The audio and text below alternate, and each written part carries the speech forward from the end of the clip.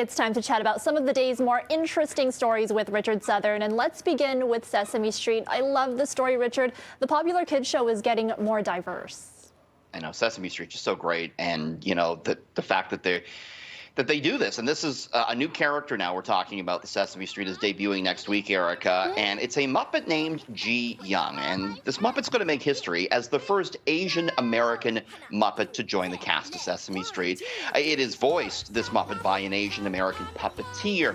Show producers say, like many Asian Americans or Asian Canadians, her identity will straddle two cultures. In her debut episode, there's an off-screen incident where another child supposedly tells G Young to go home, and special celebrity guests, including Toronto native Simu Liu, stop by to help her understand anti-Asian racism. Now, Erica, we both grew up, you and I, watching Sesame Street. You didn't have a Muppet that represented who you were as an Asian Canadian at the time. What difference would this have made you? Oh would my it goodness, made it would have made such a difference, because it really shows. I mean, there's things that you deal with going to school and in childhood, but it really shows, when they're on Sesame Street, a sense of belonging, right? Seeing yourself represented there. So it's so huge, and I know so many people, even adults, are going to be pretty emotional seeing the first Asian American, Korean American Muppet on Sesame Street. It means so much.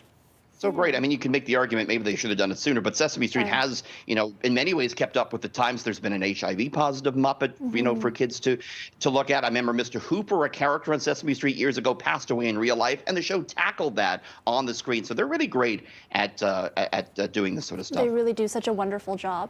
Yeah. Okay, moving along to our next story here. There's a home for sale in Milton for just $45,000. But if it sounds too good to be true, it is. There's a significant catch, Richard. Well, I'm going to see. Maybe you'll be interested in this. I'm going to try and put you in this house, Erica. Okay. 45 minutes from the GTA. There it is. It's only $45K. It has one bedroom. It's got a full deck. It's got a kitchenette. It is, though, an dirty old train caboose that's been converted, Erica. Yeah. Dates from 1912. It's been fully restored. Little bit of a catch, though. In addition to being an old train, it doesn't have a bathroom. You're going to have to install that. But look, it doesn't look that bad for $45K. What do you think, Erica? Yeah, a bit of a fixer-upper if somebody wants to take on that project. Sure.